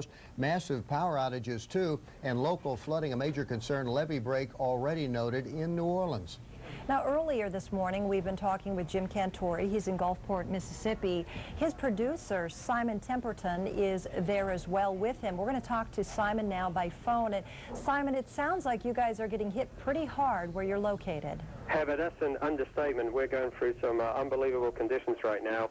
We're actually in the Armed Forces Retirement Home here in Gulfport, and we're standing inside, and water has been seeping into the building. I'd say we had like a 20-foot at least. That much storm surge outside. It's washed all our vehicles away, our rental cars and everything else. Now water is seeping into the home here, and they've evacuating everybody to the second floor. I'd say I'm standing in like 5 or 6 inches of water, and it's all the power's out, of course, and there's a few emergency lights, but it's a very daunting prospect right now that we're facing. We can't even go outside. We're not really sure what's happening, to be honest. Well, and Simon, you said those cars were literally washed away where you're at? Oh, yeah, there was a satellite truck had to drive out, and he was underwater, and our rental vehicle, the water came up to the top so fast, and we tried to get a few of the cars out, but then the drivers got stuck. We had to rescue them because, you know, never drive in water, so that was really bad. And so it's a very dangerous situation we're in right now, and everyone's a little bit apprehensive, and they're evacuating everybody here in the home, like 300 or 400 residents, to the second floor. I mean, you've been in dangerous situations before like this with other hurricanes. How would you compare them? You know, I've been doing this for 15 years and being Mr. Cantori's producer for many hurricanes, and I've never seen anything like this. This is probably the scariest situation we've been into. I mean, just a sudden rise of water and how fast and how it's coming to this building. You know, when we got here yesterday, they said we're good for like 27, 30 foot, and they've never seen anything like this before here. They thought that they were completely safe, you know, but now water is seeping in, and we're actually, we're not even shooting anymore. We're basically self-preservation now. We're helping the people as much as possible to put up boards and sandbags up against the doors to stop the water flooding in. You know, we've basically become part of the crew here to help them as much as possible. You know, Jim Cantori was, you know, right now he's got a board in his hand, and we're moving sandbags and everything else. And in fact, in the time I've talked to you, the water has risen probably another 3 or 4 inches. No, it's another 3 inches. It's up to the nearly the top of my boots here on the first floor. Well, and Simon, what's so amazing about this, too, is when we talked to Jim earlier, he said you're at 27 feet above sea level, thinking you'd be very safe where you're at, and just think of how many people who are at lower elevations are here getting hit even harder. Well, you know, we're really concerned about the people who are like stayed around where the hotel we were staying, which is probably right on the water. You know, we expand the casino that we featured as well. You know, they must be gone, but I mean, I cannot believe how much water is up here. And it wasn't just like a slow rise. Suddenly it came from nowhere, like a rushing river, and just, you know, took us all by surprise. I mean, basically, to be quite frank, we scrambled for our lives. I mean, that's what it came down to. You know, self-preservation became more important than anything else. And as I say, now we're just desperately helping the people here to shore up everything. I mean, the water just keeps on rising. The first floor is now, I'd say, like 6 inches underwater. Simon, thanks for that report. We know you want to get back and try to help those people, too. That had to have been just an extremely scary sight to look out the window and see your cars underwater, and that's what occurred, and they thought they were out of harm's way. Yeah, and literally being washed away. We also want to take you to another place that's getting hit too here. This is in Covington, Louisiana, where Jeff Morrow has been reporting live this morning.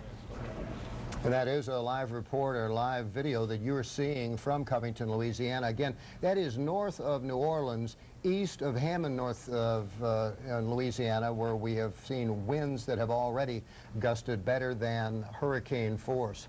Well, you know, and we've been talking too about some of the very heavy rain, and we've been talking now about some of the water that is causing some flooding. But another problem here too, the winds, which are very strong. And this is also blowing a lot of objects around here. You can see Biloxi. We're talking about a 90-mile-per-hour wind gust. And we've had reports there in and around New Orleans and some other areas where it's been even stronger than that. And with this, you're going to find a lot of objects such as siding blowing through the air. And this, of course, is going to be hitting homes, and it's going to be damaging windows. All sorts of damage can be caused by these objects flying around. Now, we're only at the beginning of the damage, unfortunately, as this moves along the coast and moves northward along the interstate, what looks to be the Interstate 59 corridor, and perhaps several hundred miles to the east and We're joined by Stephanie Abrams. And Stephanie, it seems like the wind has been picking up this morning quite a bit. What type of winds do you think are blowing there right now? Well, we've gotten a sustained wind around 30 miles per hour, gusting to around 40, 46. Now, 30 miles per hour, that's not even tropical storm force winds. Tropical storm force winds go from 39 to 74. So we're gusting into tropical storm force winds. So you can only imagine. I heard Jim Cantori and Simon Temperton talking about what they're dealing with. And so this is what our picture looks like. Just imagine what their picture looks like. Just terrible destruction going on right now in Gulfport, Mississippi. We are actually standing on a sand dune that's protecting us from the Gulf of Mexico here. And imagine the brunt of that Category 4 and what that water would be like rushing all the way up here. Of course, it would take out the sand dunes and we would see some major problems here. Now, we don't have major problems, and that's the good news, but Governor Jeb Bush is still urging people to be on guard. As he mentioned, those generators, you have to be careful with the generators. Here, we have to be careful about this sand that's blowing here. It doesn't feel so good. It's covering some of the roadways. Some water's covering the roadways. Where they don't have dunes like this, the water is just coming up and splashing right over the seawalls. So that's why we're seeing the problems there.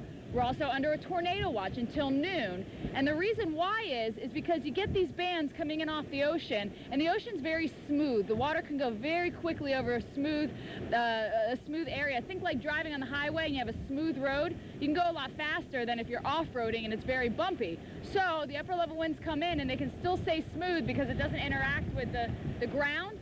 But once you have the winds both coming in smooth, and then the top winds continue to go smooth, and the bottom winds hit that ground, you get a rotation, and that can spawn off some tornadoes. So we are concerned about the tornado threat here. We aren't really going to have to worry about the rain here in Fort Walton. The rain's basically the Alabama-Florida border and west. That's where we are seeing the heaviest of rain. Just wind like this as we head into the evening hours and into the early morning hours. But for the most part, hey, we're very fortunate here relative to what's happening west of us. The power isn't out. They've seen a few sporadic power outages, as you can imagine, but overall, this is what we're dealing with, and this is what we will continue to deal with as we head throughout the next several hours here in Fort Walton Beach. And everybody's safe here, so that's good news. We actually, Marshall and Heather, have a lot of people that evacuated from Louisiana and Mississippi and have come here to ride out the storm, and we've spoken to a couple of people who have their houses right on the Gulf. And so they're definitely concerned about their property. Yeah, indeed they would be. Thanks, Stephanie. And certainly the concerns are far greater as we travel west of this area. You know, one place where we've seen some big problems is in Covington, where you can see some of the water covering the roads here. This is where Jeff Morrow has been reporting this morning, and just look at how strong some of the winds are blowing here. That rain literally coming down sideways across this region. Now, that's north of New Orleans, and it is getting the brunt of Katrina now as Katrina continues its movement to the north. It's still moving at about 15 miles per hour. its latest coordinates place it at about 35 miles east-northeast now of New Orleans. 125 mile-per-hour winds around the center of circulation. Barometric pressure up just a couple to 927 millibars. That's the latest report on Hurricane Katrina. And we want to get the latest information now on what's happening with our hurricane expert. Of course, that's Dr. Steve Lyons. Steve? We're seeing another landfall, and this is in very close to Ansley, Mississippi. Right here, the hurricane is coming onshore there, and with it, it's bringing all the strong surge along the Mississippi coastline, and that's going to continue the next 2 to 3 hours, and then the water will slowly subside. Now, the water rises we've seen and the levee breaks we've seen in New Orleans are another problem. Once that water gets into the city, it's underwater. I mean, it's below sea level, and so the water has to be pumped out. It doesn't drain out. And that can be a very long ordeal if the water is in the city. So we're not sure what the extent of that is, but we're still worried about that. And right now, the north flow on the Lake Pontchartrain is about at a maximum. And so that's going to be the potential for any levee system topping would be about an hour, within the next hour or so, and then it's going to start to dwindle a little bit. In the meantime, the water rises along the Florida coastline and the Alabama coastline are associated with the onshore flow of the wind, plus the breaking wave action, which we call wave setup. And that's causing the waves to be much higher than normal along the coast, obviously, 20 to 25 feet. Matter of fact, offshore, they've been reported as high as 45 to 50 feet, but a lot of those waves are a mixture of wave conditions that aren't going to reach the coast. We're looking only at about 25 to 35 feet along the coast, and that's going to dwindle as the circulation moves inland. So there's the wave action we expect along the coastline, even though we have higher waves offshore that would be absolutely treacherous if they made it onshore. They're not going to. Now let's look at a couple of other features of particular interest. This is the radar image, and you can see the circulation moving inland. There's still a very strong core of winds here on the north quadrant moving right through Slidell, Louisiana, and now it looks like New Orleans, the eye wall is starting to pull away from you, so the wind should be dropping away a little bit, slowly but steadily. That doesn't mean it's going to be fine weather out there by any means, because we'll have tropical storm conditions all the way down in this area. So you're going to have some strong winds, but the very strong over 100 mile per hour wind gusts we had reported in the eastern portions of New Orleans should be abating either now or within an hour or so. The strongest winds are in this eye wall right here that are coming into Biloxi, Gulfport, Waveland, and down toward Ansley, where the circulation is making that landfall. And that's where the highest surge is occurring right now. Now, what about the rainfall potential here? We do have a significant rainfall potential, and notice these big, bright purple areas forming around the circulation. It's a very strong circulation, and so it's going to continue to build those things, and we've seen already a lot of heavy rain in the greater New Orleans area. That's a whole other problem, is pumping that water out of New Orleans from the rain action. The good news is it's moving north at about 15 miles per hour, so we expect that to abate in the next 6 to 12 hours. Heather, Marshall? Thanks, Dr. Lyons. And within that circulation, we have a tornado warning. It's in effect for Washington Parish, St. Tammany Parish, and Pearl River County and Hancock counties in Mississippi and Louisiana, for conditions just right for F0 and F1 tornadoes. Well, and keep in mind that Katrina swept across South Florida last week. It was a Category 1 hurricane at the time, and Mike Seidel was there at the Sanibel area, the Marco Island region of Florida, and we're going to bring him in now. Now he's in Mobile, Alabama. Now we're dealing with a Category 4 hurricane. Mike, can you compare what you experienced last week with this hurricane versus right now?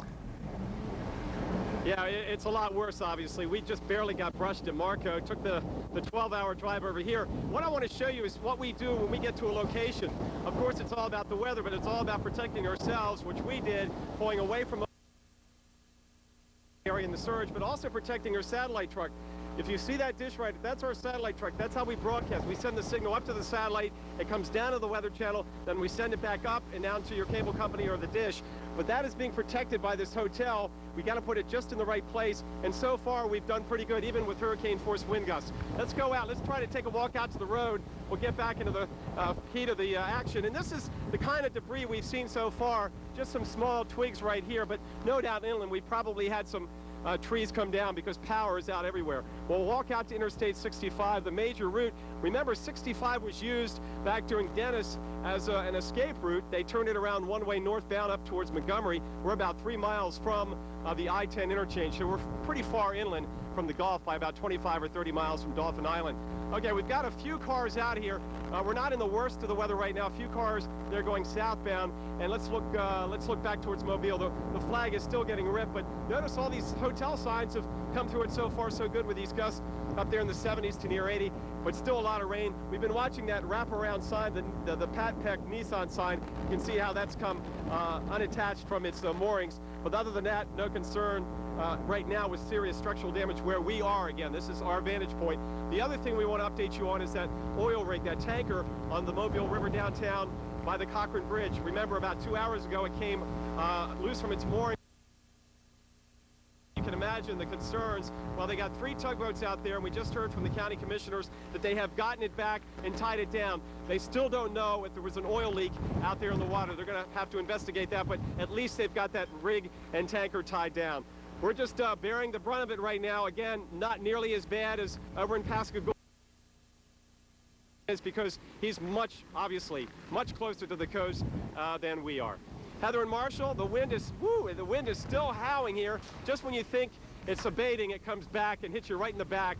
These east to southeast winds coming right at you off the Gulf of Mexico. Look at the flag now. Look at those trees up there.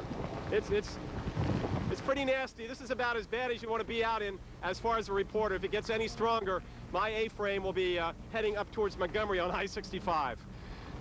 All right, well, stay safe, Mike, and obviously breaking up somewhat, too, because of the conditions there that he is facing. Yeah, you can see how rapidly they're deteriorating as we take you to Fort Walton Beach. It is getting darker by the second. You have a very sinister-looking sky and waves, furious, sitting out there, and it is also washed over Highway 98 in some locations. That highway is closed in some locations at Fort Walton Beach, an area where many people from New Orleans went to get away from the storm.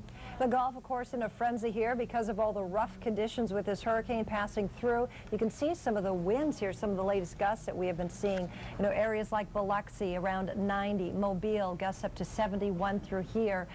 Keep in mind, too, that some of the areas hit the hardest are not going to be reporting because they're having problems getting their signals out, and the reporting stations, in many cases, are not able to function under these conditions. Now, the new vortex message from the reconnaissance aircraft hurricane hunters indicating 927 millibars, perhaps with the eye wall opening up a bit to the southwest. You see here on the radar and on the latest advisory, this is the 10 o'clock advisory. It puts it moving northward at 16 miles per hour. It has picked up its speed a little bit, Hurricane Katrina, but winds still 125 miles per hour around the center of circulation. 35 miles east-northeast of New Orleans, Louisiana. That is the latest advisory. You know, and it shows you how bad this hurricane is when actually advice here from some people at the National Weather Service and other locations, they were actually telling people to bring tools with them to make an emergency exit in case the water started rising too high. And earlier we were talking to Jim Cantori and also his producer, Simon Temperton, and telling how in the building they're in, which is 27 feet above sea level, how the water is rising there. We're seeing also probably a lot of problems like this in the New Orleans area, and yet a lot of that information is not coming in yet. All right, we're going to check on that bottom line for you now. This is as of 11 o'clock Eastern Daylight Time, 10 o'clock Central Daylight Time. On the coast, the highest surge is happening as we speak. As Heather mentioned, Simon Temperton, Jim Cantori having to try to get to the second floor of a retirement home where they have been reporting from. It is 27 feet above sea level. Inland, there'll be hurricane-force winds well inland. Structural damage expected. Massive power outages as well. Mississippi and Alabama northward through Tennessee and then later into the Ohio River Valley. We are showing you Covington earlier. We want to take you now to a report with Jeff Morrow. Just when you think Hurricane Katrina is just about over with, it throws another huge batch of wind and rain at you. We're still getting some very, very strong northerly winds on the western side of the eye as it passes by about 50 to 60 miles to our east from what we can tell. Again, the ground kind of littered with debris behind me. Some trees have been knocked over. Across the way there is a Home Depot. We're going to walk here a little bit as much as I can and try to give you some perspective of what we're dealing with here. Again, let's look down here. You can see how the trees have just completely got blown over. And again, if I start running here, it's because the wind's kind of helping me along here just a little bit. Again, branches snapped off and pushed along, and this tree's been uprooted here beside us. And a bigger tree across the way over toward the Comfort Inn has also come down and snapped in half there. Again, this has been going on for about 2 hours, maybe 2.5 hours. And again, until we can finally get that eye to continue to move inland, it's going to continue to be strong here. I guess it will slowly wind down as we head on through the afternoon. But again, we're still getting pounded here by the western side and supposedly the weakest side of Katrina. Again, just pounding, pelting rain. It's going to be a little while before we can completely get out and about and assess all the damage. Jeff Morrow reporting from Covington, Louisiana. Well, thank you, Jeff, and thank you for joining us this morning, and we certainly hope that you are staying safe. Indeed, and we'll see you tomorrow morning. We'll have continuing coverage on Hurricane Katrina and its inland impacts, as well as the impacts along the coast. Bill Keneally, Kelly Cass, they're up next. They'll keep you covered on the next couple of hours.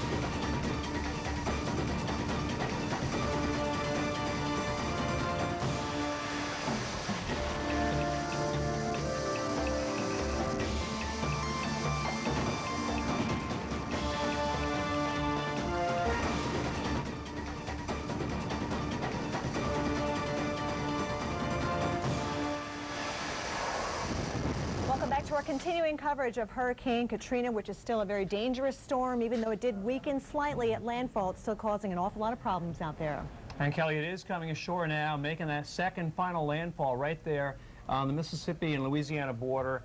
And it looks like from here on out there should be substantial weakening, but I tell you what, it has been an incredible last 6 hours. There is the track pretty much now due north, and looking at the observations, it has gone almost a full degree north of latitude, going right up that longitudinal line, and now the wind is starting to come around in the city of New Orleans, turning more to the southwest. We have reports of widespread flooding that is going on now, just a significant water rise going on here, especially in St. Bernard Parish. We're being told that it's really difficult getting to some of the folks that are asking to be rescued because the wind has still been too strong, and that would put the authorities at risk as well. We have reports of lots of structural damage in and around that area as well, and it just continues to be pounded by the heavy rain, and of course the water rise is still with us as well. And once again, Kelly, this is our picture from the areas in Covington, Louisiana. This is up north of Lake Pontchartrain, up near where Jeff is. We saw that report that he filed on tape a minute ago, catching really the brunt of that action now in Covington. And the wind out there in Covington starting to back around now, which had been more of an east wind, then it goes north and eventually turning northwest, but still getting raked right there in that eye wall. Yeah, Jeff Morrow's been reporting live from that area, and I tell you what, he's been having some difficulty just trying to stand up straight in that kind of wind. Our storm tracker, Jim Cantori, is also in Gulfport, Mississippi. We hope to have a live report with him, but we want to first go to Mike Seidel, who joins us live now from Mobile, Alabama. And Mike, we can see the hood is up, and you are barely standing up too. How is it out there? Wow, this is, you know, this is it right now. We're getting the worst of the weather. That gust had to be up above hurricane force. It is just raking my back. Boy, it just feels like it's stinging. It's like being out on the beach. Let's try to look. Let's look over towards the flight. Look how these power lines are just waving back and forth. The transformer's hanging on, but most of the power is out. The power continues to be out. Keep an eye on those power transformers. Whoa! Now, let's turn around. Look this way. You can hear the wind howling. We're looking across the street now. You can get a sense of the trees looking now back up 65. We still don't see any windows blown out on the bank building, and these signs, they're still hanging in. Let's turn back around this way again because we're looking right into the wind, see if we can see anything. Oh, okay. Check out the sign there. We talked about that wraparound billboard, and look, it's been ripped to shreds. This last gust has taken care of that one. You can forget that, baby. This sign over here, this Treadwell Ford sign, is doing okay. Boy, that stings. But this This band right now, Marshall and Heather, is about as bad as we've seen all morning. And fortunately, we're still able to get a picture out. We've got some good truck protection. Just keeping an eye out for flying debris. Fortunately, there's not a lot of trees around here, so we just watch out for these power lines. Woo, and these signs. Hardly anybody out on the roadway. And by the way, I wanted to update you again on that situation down on the Mobile River. Now we get a bit of a lull here. The oil tanker, which ripped from its moorings, they've got that shored up now with 3 tugboats. Took them a while. We still don't know if there's been any kind of oil leakage into the water there, but you can imagine how rough the Mobile Bay is and the surge flood concerns. That's why we pulled back yesterday afternoon to higher ground. We're a good 5 or 6 miles from the water. Let's spin around one more time, and you see the sign. Not anything new to show you in the past couple of minutes, but just feel you can maybe live vicariously through the camera and the TV of what it's like to be out during hurricane force wind gusts. Once they get any higher, I can't really stand up. I've got to hold on to something, but you get a brief break and then all of a sudden, boom, it just hits you. Marshall and Heather, we're here. We're hanging out. Man, no matter how little sleep you get, how many days you're on the road, when you get into this kind of weather, at least personally, the adrenaline just starts rushing, and it feels like you could go forever. As long as that rain and wind keeps blowing. As soon as the rain and wind stops, then you start to lose that adrenaline rush. But get a sense. One lone car here, and you can see how poor the visibility is. I can't believe people are out riding around a day like today. Maybe some people just trying to get farther north and east out of this mess, because as they head towards Montgomery and Birmingham, it's not going to be as bad as here. We'll throw it back to you. We'll hang out here on the street here on the frontage road along I-65. We're just, again, 3 miles north of Interstate 10 here in Mobile County, Alabama.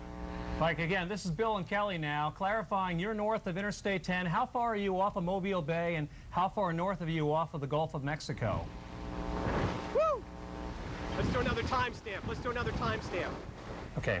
Okay, I think he's having difficulty hearing us, obviously. He's having some rough weather there, that's for sure. Yeah, the right front quadrant coming into play there, Kelly. Those winds are even stronger now than they were an hour ago. Take a look at our bottom line now. Along the coast, the highest surge is happening right now as we speak. But further inland, hurricane-force winds are also being felt. And Kelly, we're talking about cities east of Jackson, Mississippi, the Hattiesburg area, Meridian, Mississippi, and there is your center point on the hurricane as of the 10 o'clock advisory. Okay, there we go.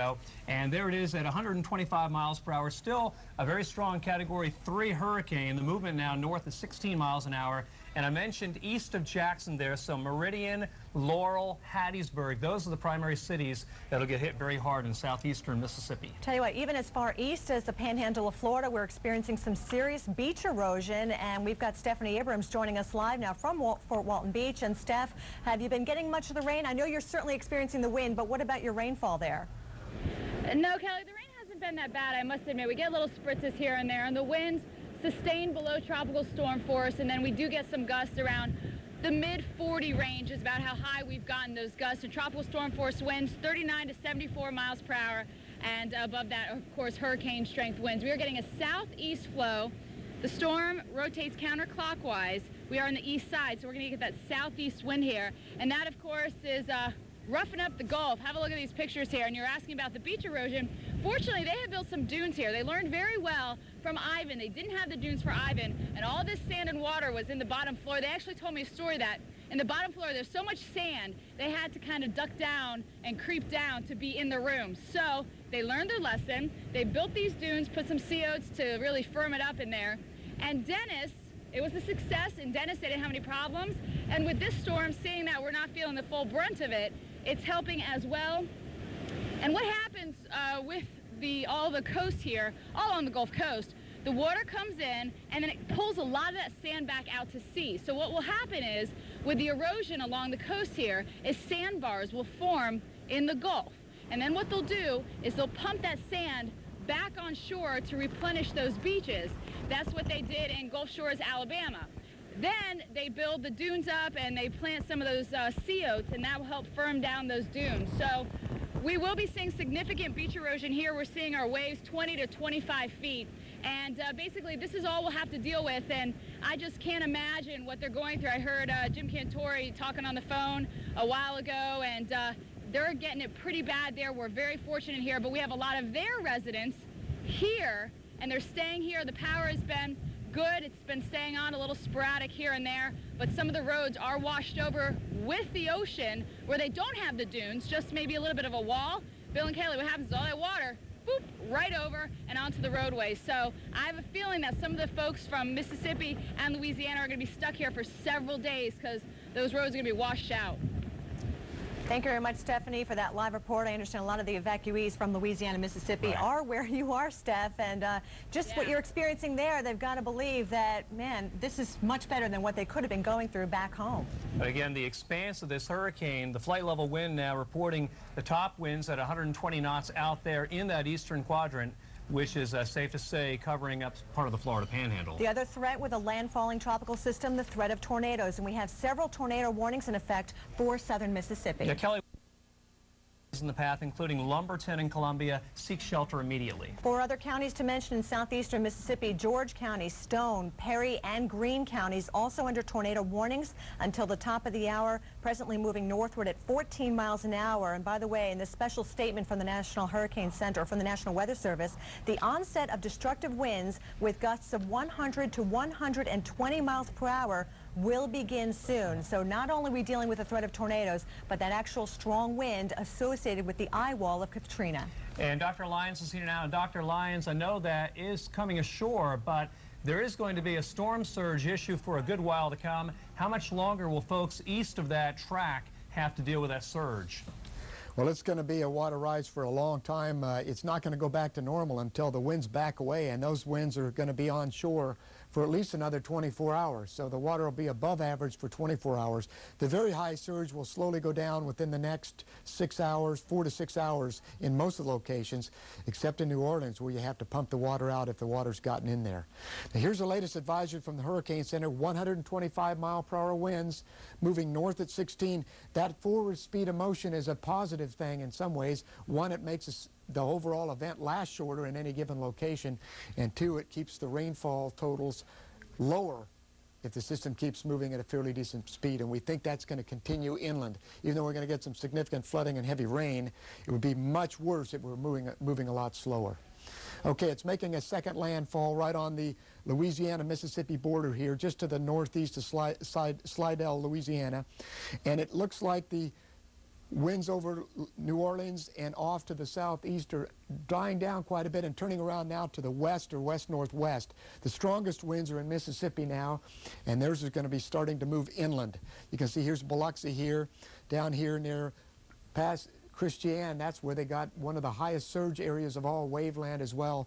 Right in there, it looks like the surge could have been at least as high as 22 feet, and it could be as high as 27 feet. We're not exactly certain, but based on our live shots, it could have been even higher than Hurricane Camille. It could have set a record. That's unconfirmed right now, though. In the meantime, on the far side over here, we got some very strong winds coming out of the south into the Mobile area, and some of the highest wave action so far in the circulation is coming onshore now.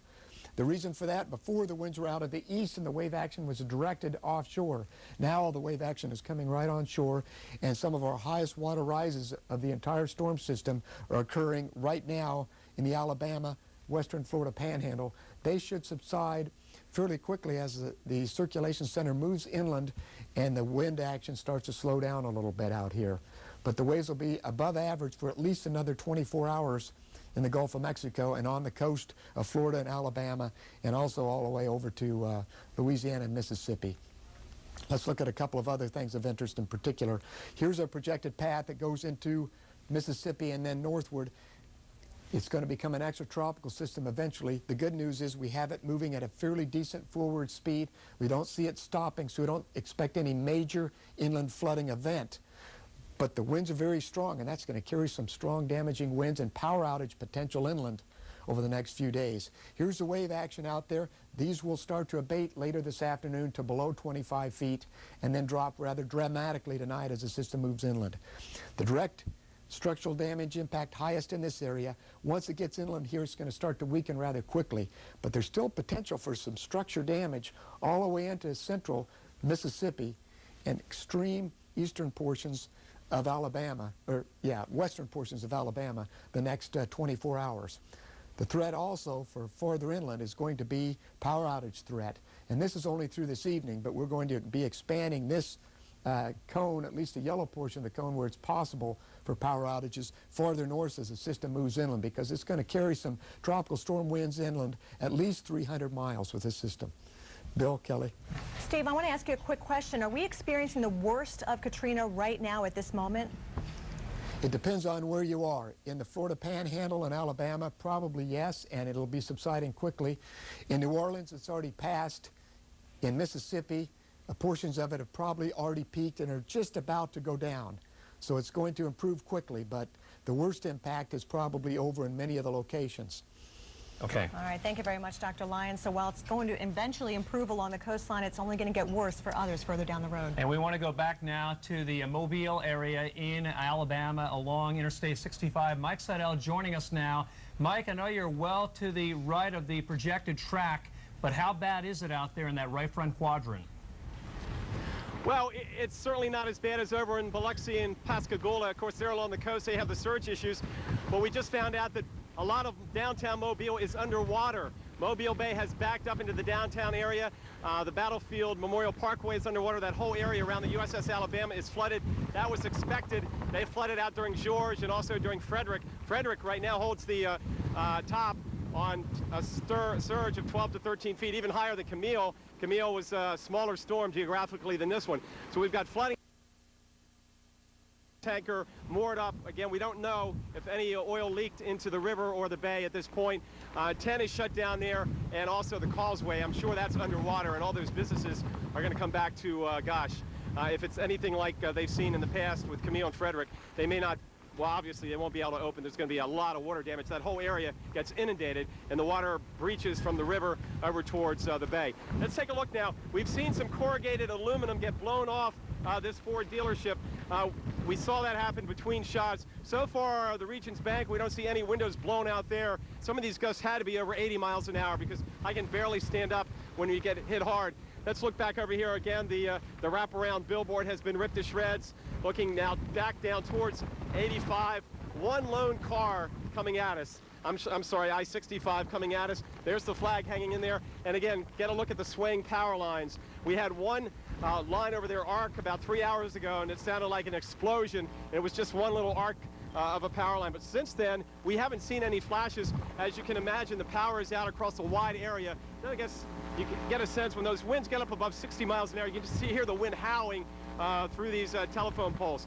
Let's take a, whoa, let's turn back around here. Oh, gosh, I tell you what, it stings. It's like a sleet storm in the wintertime. We'll look back, and you know, I don't see anything else down there that's blowing our way. But again, these telephone poles are wavering. I'm not sure what's going to happen with those. And once again, we're just, Heather Marshall, we're just hanging out and waiting to see how much longer this lasts. You know, several more hours. But this is the worst of it. I don't know if you can hear the wind howling, but it is just ripping through here, right up I-65. And again, just found out that downtown Mobile has had some serious flooding. Water is deep as a couple of feet. And Bill and Kelly, I apologize. I forgot there was a shift change. I lost track of all time. I know it's daytime, and I think it's Monday. Hey, Mike, I think you just said that the downtown Mobile area was flooded. How far are you from that area? We're about 7 miles. It's about 3 miles to I-10, and then about 4 or 5 miles and change, don't quote me, down to Mobile and the tunnels. The tunnels are shut down, obviously. They closed those down. They're concerned about surge. And so we're far enough away. We were there yesterday, and we said, hey, Dr. Steve was predicting. And with that kind of surge, flooding was expected as far west as Broad Street. That's about a mile inland, and all the hotels down there would be in that flood-prone area. We didn't want to take a chance on ourselves and our satellite truck. That's the only way we can get pictures out. So we've got our truck protected. We can spin around one more time, Bill and Kelly, and show you. You can see our truck dish there, and we've backed the truck up against this Hampton Inn. That's given us superior protection. Even with wind gusts over 80 miles an hour, you may see a few what we call digital hits in the business. My picture may freeze up at times. My audio continues. But other than that, we've been so far so good. I thought that when I came over here, I said I'm going to get every live shot out of here. I thought it was going to be a pipe dream, but we've been fortunate so far as another squall comes ripping up I-65. I can't believe some of these signs are holding this. They're well constructed. Bill, Kelly. Amazing. All right. Thank you, Mike Slidell. We'll be back to you. Stay safe there. Put it in perspective here. He's about 80 miles, Kelly, to the east-northeast of that eastern eye wall, and confirmation nearby, 84-mile-per-hour wind in the past hour at the downtown Mobile airport. You know who's been a little bit closer to the actual eye itself is Jeff Morrow, and he filed this report from Covington, Mississippi just a short while ago.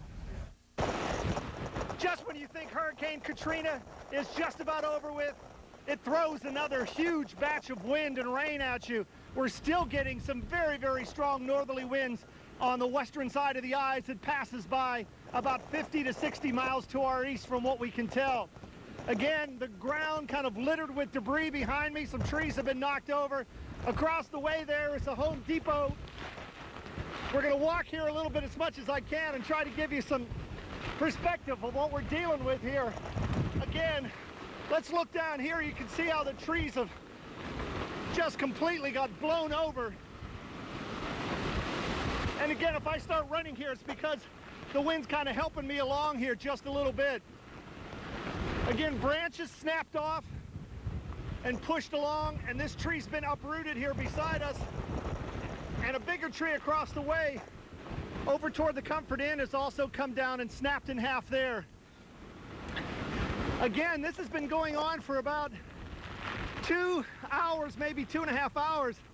And again, until we can finally get that eye to continue to move inland, it's going to continue to be strong here. I guess it will slowly wind down as we head on through the afternoon. But again, we're still getting pounded here by the western side and supposedly the weakest side of Katrina. Again, just pounding, pelting rain. It's going to be a little while before we can completely get out and about and assess all the damage. Jeff Morrow reporting from Covington, Louisiana. Wow, and that is supposedly in the weaker side of the storm. Again, Jeff Morrow reporting from Covington, Louisiana, right near landfall. Kelly, right now about 6 counties in Mississippi under a tornado warning, and Dr. Forbes is here, our severe weather expert. And Dr. Forbes, I know these storms are racing northeast. Where are they headed next? Well, we're going to have 2 types of tornadoes today. The ones that are in these eye wall bands, the little swirls spin up very quickly. Then in thunderstorms that form out in the sunnier skies out on the fringe, additional tornadoes. Right now, they're all in these bands. Very quick circulations develop there as they push across the eastern half, the southeastern quarter of Mississippi. Now let's switch sources. We'll see the additional threat. If we can go to Weather Pro 3, we'll see the additional threat for, here we go. This morning we could have additional bands form off to the east, farther to the east in some of the sunny skies and some of these rain bands. And then before the evening is out, get into the early nighttime hours, we could have tornadoes develop across the parts of Alabama, up into the Birmingham area, perhaps even as far east as the Atlanta area and up into the Chattanooga area by evening. As very strong winds aloft, and then the afternoon heating lets things get quite unstable. You see partly cloudy skies, some sun breaking through over across Georgia and eastern parts of Alabama. Then we have just the very strong winds. Could be capable of tornadoes, is what you're saying? That's right, and that was just through tomorrow, through today. Tomorrow we'll have some tornado threat up in parts of Tennessee, Kentucky, and perhaps even a little bit farther north than that.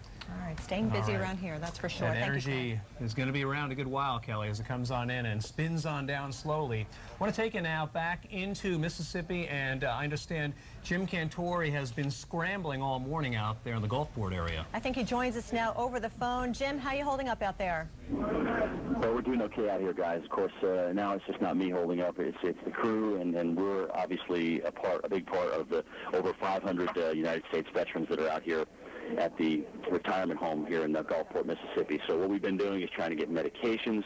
We've been trying to get wheelchairs. We've been trying to get everything we can, bedding up to higher ground and get it out of harm's way. And that's, you know, the good news is we've done that. We've accomplished that. Everybody's off the first floor right now. But as I look out this window, I'm in complete amazement. I mean, think about what it's like, guys, in the fall when a tree is completely defoliated.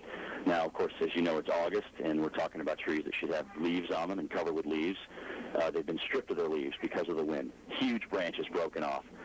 I see the trash cans floating by. I see dumpsters floating by. Occasionally, a top of a car. There is at least 10 feet of water surrounding this building right now. And to let you know, preliminarily, when we were thinking about using this area, we knew that we were sitting at 27 feet above sea level. So do the math. and the kind of flooding that we're dealt with the casinos on the coast. Everyone who lived right on the beach with their homes, their businesses, have got to be completely underwater right now and taking on tremendous wave action from this particular storm. We're still on the east side of it. I mean, we got due south winds right now, Bill, and it's howling so bad out there that the building is breathing. Jim, I have a question for you. Still there? Yes, sir. I wanted to know exactly how far off of the beach are you, and is there wave action with that very high water, too? We're going to get the answer to that question coming up next. Trips, full house.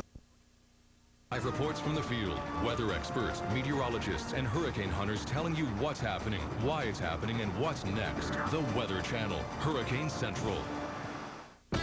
The Weather Channel, Hurricane Central. Coming up, the latest on Katrina. But now, you're local on the 8s. This is Mike Seidel live in Mobile, Alabama, as the worst of Hurricane Katrina is rolling on through southern Alabama right now. We're getting wind gusts close to 90 miles an hour. We'll keep you updated as long as we can stay on the air from Mobile. We'll be back in just a couple minutes.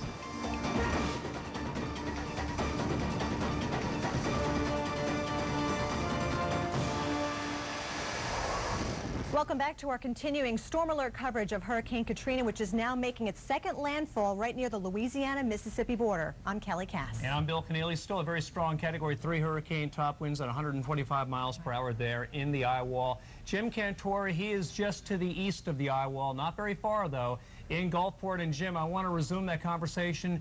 You're saying there's 10 feet of water around the building you're in. How far off of the beachfront are you actually? A half mile approximately. A half mile. We're 27 feet up, a half mile from the beach. That is amazing. Jim, how quickly did that water come up?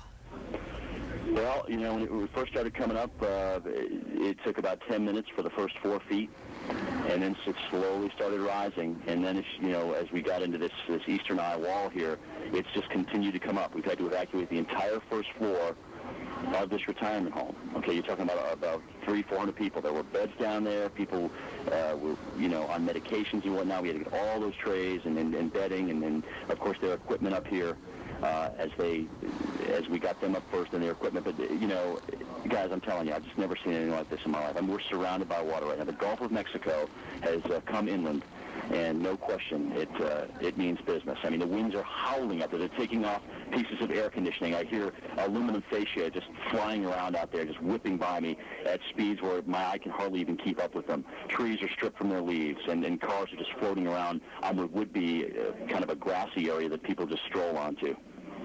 Jim, I have a question for you. If what you're saying is true, this could be a record water rise that could even surpass what happened with Camille. You're talking about 27 feet of water. How do you know that? I was told by the director of the building that, according to the engineers, this area sits at 27 feet above sea level. All right? And, there are even some places, obviously, that are even higher than that. So we felt pretty comfortable in that regard, especially given the fact this is a concrete building. We said, guys, I'd rather be in this than be in a wood and stucco hotel, even a mile or 3 or 4 inland. And so that's the option that we took. Now, as far as the surge is concerned, again, yeah, that is what we totally underestimated, no question. But we are safe right now. We feel pretty safe inside here. And this is where we're going to obviously stay until further notice. And this is Bill. I wanted to ask you, that building, how long has it been there? And has it been there since Hurricane Camille? And if so, how does that compare to what happened then? Bill, it has not been here since Hurricane Camille. I'm not exactly sure when it was built. I'm sure I was told last night, but forgive me for forgetting that. But, it's one of these structures that's built to code. I mean, the windows, I was talking to the director last night. I said, Jim, these windows are going to withstand 180 miles an hour. And some of them have crashed in. And then, yeah, 180 miles an hour is one thing, but when you have debris such as a tree limb or something else that crashes into a window, that's a whole different story. And that's what we've seen here. A couple of these windows have come in. But, guys, again, the whole first floor of this building is now completely underwater as we speak. Wow. Well, we're glad that you're in a safe spot, Jim. I hear a lot of folks talking around you, so thank God you're all okay. All right, Jim, we'll be back with you periodically. Again, please stay safe there. An amazing sight. I'm guessing just not even a half a mile in off of the Gulf of Mexico. And this just in, the mayor, I believe, of New Orleans is going to be holding a news conference, I believe, at noon local time. and we'll be getting more information. Of course, New Orleans also being battered by the storm even as we speak, so the worst is not done yet. Yeah, reports of some breaches of levees there, Kelly, just on the eastern side of Orleans Parish. And again, this is a really serious... Okay, again, we've had reports also of even the gas refineries down there, major refineries, may be suffering severe damage. Yeah, and check this out. We're looking at a house that's the only thing keeping this tree up. Katrina's 100-mile-an-hour winds toppled this tree in Covington, Louisiana. Again, this is where Jeff Morrow's been reporting from. The roots just plucked from the ground, and much more rain is expected throughout the morning. Just a mess out there. And Kelly, long before they had I-10, they had US 90. This is the route, the old route from New Orleans all the way over to Mobile. This is US 90 in the Gulfport area, and look at all that water. And once again, we've had reports of that water flooding that roadway in many, many cases, all the way from really about Slidell all the way well across Mississippi, which is just inland. That road parallels I-10, actually more towards the Gulf side. And I tell you what, this is not just a coastal storm. This is everyone's storm across the Mississippi Valley and on into the Tennessee Valley as well. For today, expect heavy rain and flooding as far north as Jackson, Mississippi. Birmingham, you know, we're getting statements out of Alabama now. Watch out for the weather to rapidly deteriorate. We're talking about dangerous gusts.